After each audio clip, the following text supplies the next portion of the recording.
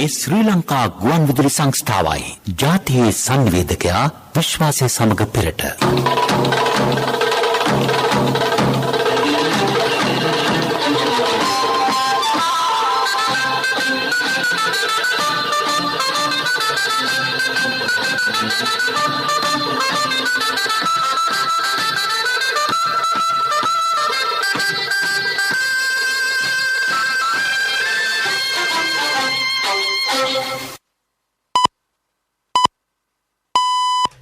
රාත්‍රී 9යි.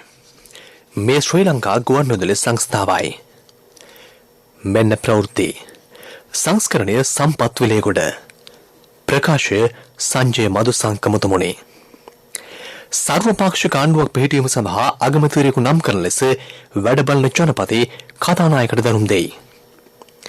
කිසිවෙකුට ව්‍යවස්ථාවට පටහැනිව ක්‍රියා කිරීමේ හැකියාවක් නැතැයි අවධාරණය කෙරේ. රටේ දේශපාලන ස්ථාවරත්වය ඇති කිරීමට පක්ෂ නායකයන්ගේ දායකත්වය අත්‍යවශ්‍ය බව කතානායකවරයා කියා සිටී. අගමැති ඉවත්ව ලෙස දැනුම් දෙන්නයි පක්ෂ නායකයෝ කතානායකයන් ඉල්ලා සිටිති. මෙම අවස්ථාවේ ඉතා සාමකාමීව ක්‍රියා කළ යුතු බව ආරක්ෂක මාලික ප්‍රධානී ජනතාවගෙන් ඉල්ලයි. ව්‍යවස්ථා විරෝධී කටයුතුවලට සහාය නොදක්වන බවට නීතිඥ සංගමයෙන් ප්‍රකාශයක්. නීති සහ සාමය ස්ථාපිත කිරීමට පූර්ණ සහාය ලබා දෙන බව පොදු ජන පෙරමුණ කියයි.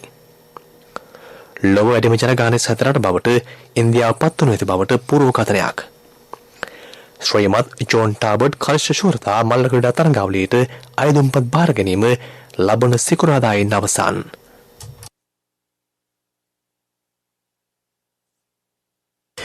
සර්වපාක්ෂික ආණ්ඩුවක් පිහිටීම සඳහා අග්‍රාමාත්‍යවරයෙකු නම් කරන ලෙස වැඩබලන ජනාධිපති රනිල් වික්‍රමසිංහ මහතා කතානායකවරයාට දැනුම් දී තිබේ. සර්වපාක්ෂික ආණ්ඩුවක් පිහිටීමට එකඟතාවයක් ඇති වූ විගස එම රජයට වගකීම් පවරන බව පසුගිය කොළොස්වැනිදා පැවති අමාත්‍ය මණ්ඩල සමාජිකගේ සාකච්ඡාවකදී සියලු අමාත්‍යවරුන්ගේ අදහස වී තිබුණි. ඒ අනුව ආණ්ඩු පක්ෂය හයි පක්ෂය එක්ව සර්වපාක්ෂික ආණ්ඩුවක් පිහිටවිය යුතුය. ආණ්ඩුවට මෙන්න පක්ෂයට පිළිගත හැකි අග්‍රාමාත්‍යවරයෙකු නම් කරන ලෙස වැඩබලන ජනාධිපති සහ අග්‍රාමාත්‍ය රනිල් වික්‍රමසිංහ මහතුමා කතානායක මහින්දාප අබේවර්ධන මහතාට දැනුම් දී ඇතැයි අග්‍රාමාත්‍ය මාධ්‍යාංශය දැනුම් දෙයි.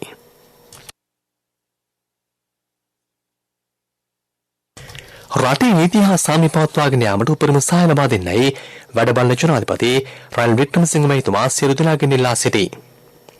ඒ සඳහා ත්‍රිවිධ හමුදාව සහ පොලිසිය උපදෙස් ලබා දී තිබේ.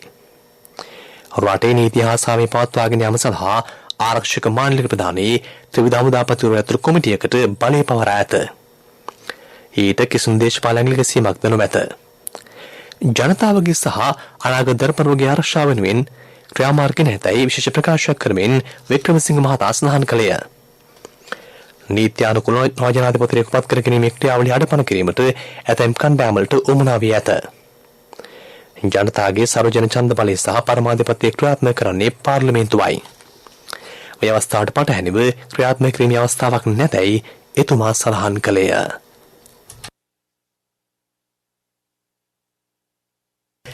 රටේ දේශපාලන ස්ථාවරභාවය ඇති කිරීමට පක්ෂ නායකයන්ගේ දායකත්වය කතානායකවරයා ඉල්ලා සිටී.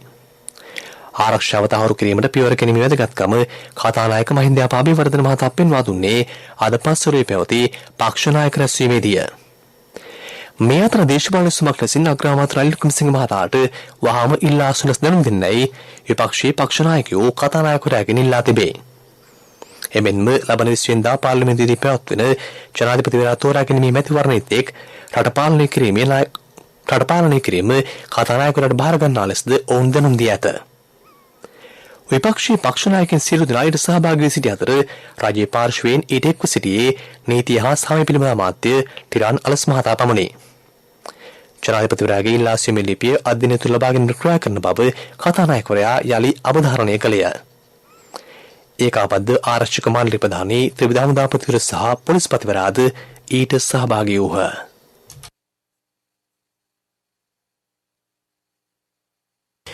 මෙම අවස්ථාවේ ජනතාව ඉතා සාමකාමීව ක්‍රියා කළ යුතු බව ආරක්ෂක මාලික ප්‍රධානී ජෙනරාල් ශවේන්ද්‍ර සිල්වා මහතා පවසයි. පොදු දේපොළ වලට හානි කිරීමෙන් වැළකී රටේ නීතියට ගරු කරමින් ක්‍රියා කිරීම වැදගත්ය. රටේ ජනතාවගෙන් සහ තරුණ ප්‍රජාවගෙන් ඔහු ඉල්ලා සිටින්නේ නව ජනාධිපතිවරයා පත්වන තෙක් රටේ නීති හා සාමය පවත්වාගෙන යාමට ත්‍රිවිධ හමුදාවට සහ පොලිසියට සහාය දෙන ලෙසයි. එමෙන්ම දේශපාලන වශයෙන් ඉදිරි ජනාධිපතිවරයා පත් කරගන්නා කාල සීමාවේ ගනු ලබන ක්‍රියාමාර්ග පිළිබඳව පැහැදිලි කිරීමක් සිදු කර ගනු ලබන තීර සම්බන්ධයෙන් ආරක්ෂක අංශ දැනුවත් කරන ලෙස කතානායකයාට දැනුම් දුන් බවද ඔහු සඳහන් කළේය. මේ ප්‍රවෘත්ති ශ්‍රී ලංකා ගුවන්විදුලි සංස්ථාවෙන්. මහජන බැංකුව 61 වසරක අභිමානය.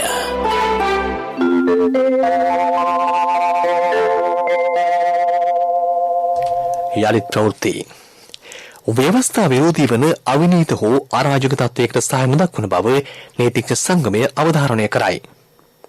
එම සංගමය පෙන්වා දෙන්නේ සාමකාමී විරෝධතාවලට අයිතීන් අඛණ්ඩව තහවුරු කරන බවයි.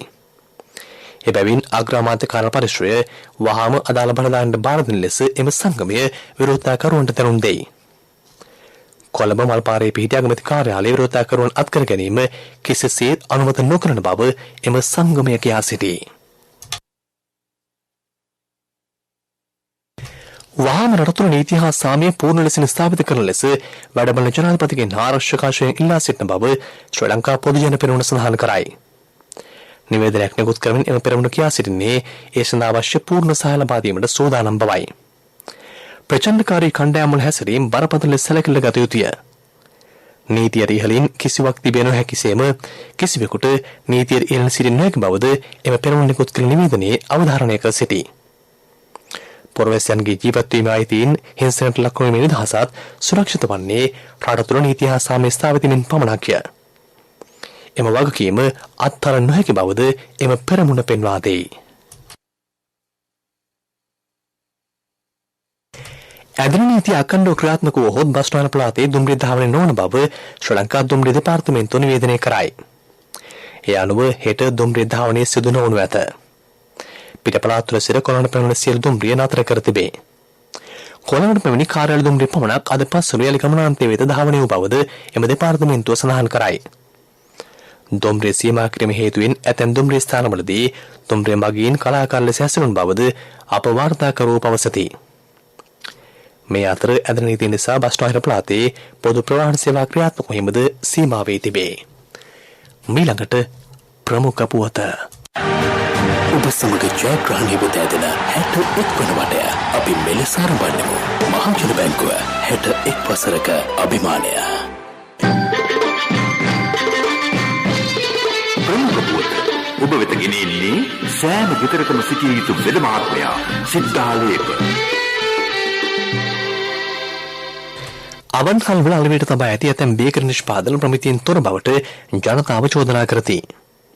ඇතැම් ආහාර අසුර ඇති රාක්ක තුළ මැස්සන් වැනි සතුන් දැකිය හැකිය.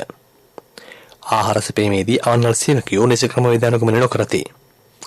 ඇතැම් අවන්හල් සවස් කාලයේදී අලෙවි කරන්නේ උදේ කාලයේ පිසු ආහාරයි. ජනතාවගේ මූලික අවශ්‍යතාවයක් වන ආහාර නිසි ප්‍රමිතියෙන් යුතුව සැපයීම අවන්හල් හිමියන්ගේ වගකීමකි. එබැවින් එසේ ක්‍රියා නොකරන අවන්හල් හිමියන්ට එරෙහිව දැඩි ක්‍රියාමාර්ග ගත යුතු බවද ඔවුහු අවධාරණය කරති. ප්‍රමුඛතම පුවත ඔබ වෙතගෙන ආවේ සිද්ධාලේප ලක්‍රියාව. ශක්ති හඬ අවධානය පිණිසයි. දුම්රිය තොරතුරු දැනගැනීම සඳහා ක්ෂණික ඇමතුම් අංකයක් හඳුන්වා දෙයි. 1971 එම අංකයයි. භාෂාත්‍රයෙන්ම තොරතුරු ලබා ගැනීමේ හැකියාව පවතී. හෙට පෙරවරු 7 සිට පැය 24 පුරා එම සේවාව ක්‍රියාත්මක කරන බව දුම්රිය දෙපාර්තමේන්තුව නිවේදනය කරයි. විදස් පුවත්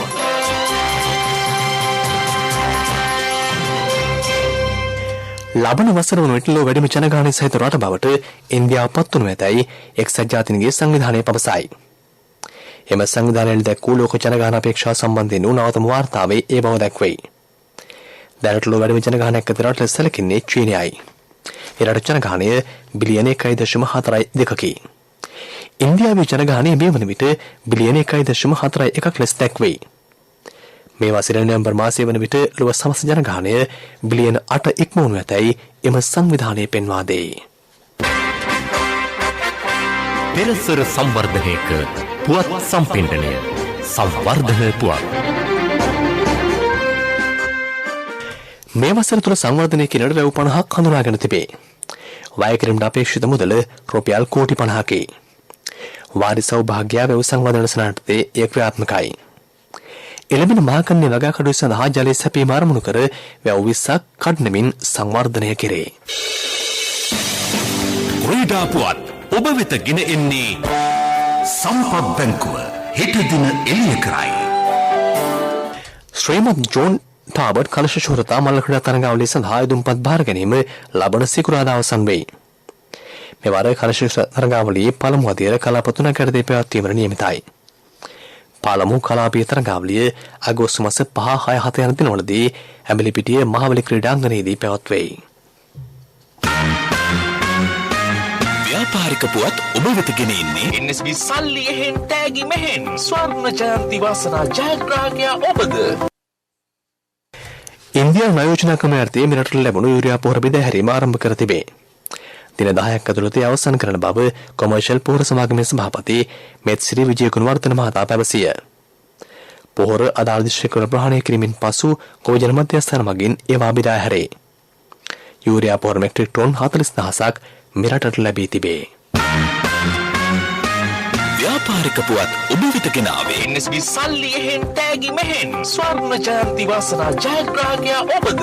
NSB ස්වර්ණ ජයන්තිය වෙනුවෙන් සුපිරි ජයග්‍රාහකයාට රන් පවුන් 50ක්, දෙවැනි ජයග්‍රාහකින් 10 දෙනාට ස්කූටර්, දෙවැනි ජයග්‍රාහකින් 10 දෙනාට iPhone, සිව්වැනි ජයග්‍රාහකින් 29 දෙනාට mountain bike. 2021 ඔක්තෝබර් 1 වෙනිදා සිට 2022 දෙසැම්බර් 31 දක්වා NSB U-Trust හරහා අවමේ වරකට ඇමරිකානු ඩොලර් 100ක් ඊට සමාන ඕනෑම විදේශ මුදලක් 3 වතාවක් එවන්න.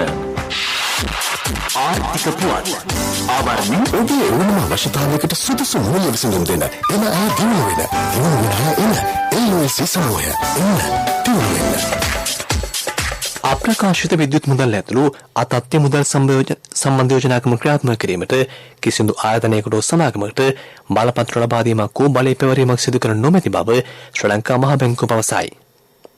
එමෙන්ම කිසිදු ආයතනයකට මූලික කාසිනිකුතුවකට හෝ පරිගණක තුලින් අතත්්‍ය මුදල් චලනය කිරීමට හෝ අතත්්‍ය මුදල් හුවමාරු කරගන්නා අන්තර්ජාතික වෙළඳපොළ ක්‍රියාත්මක කිරීමට හෝ බලය පවරීමක් හෝ සිදු කර නැතැයි මහ බැංකුව නිවේදනය කරයි. යුතුයකම් වගකීම් එක්ක සල්ලි ඉතුරු කරන්න ලේසි නෑ. ඔබේ ස්ථාවර තැන්පතුවට ආකර්ෂණීය පොලියක් හා ආරක්ෂාවක් දෙන්න අපි පොරොන්දු වෙන්නේ ඒකයි. LOC Finance ස්ථාවර තැන්පතු ඉතිරිය උතුරන්න. 2001 දෙසැම්බර් 13 වෙනිදා නීතිගත කරන ලද LOC Finance PLC ICRA Lanka limited වෙතින් SLA ස්ථාවර ශ්‍රේණිය ලබා ඇත. 2011 අංක 42 දරන මුදල් ව්‍යාපාර පනත යටතේ ශ්‍රී ලංකා මහ බැංකුවේ මුදල් මණ්ඩලය වෙතින් බලපත්‍රලාභී මුදල් සමාගමකි.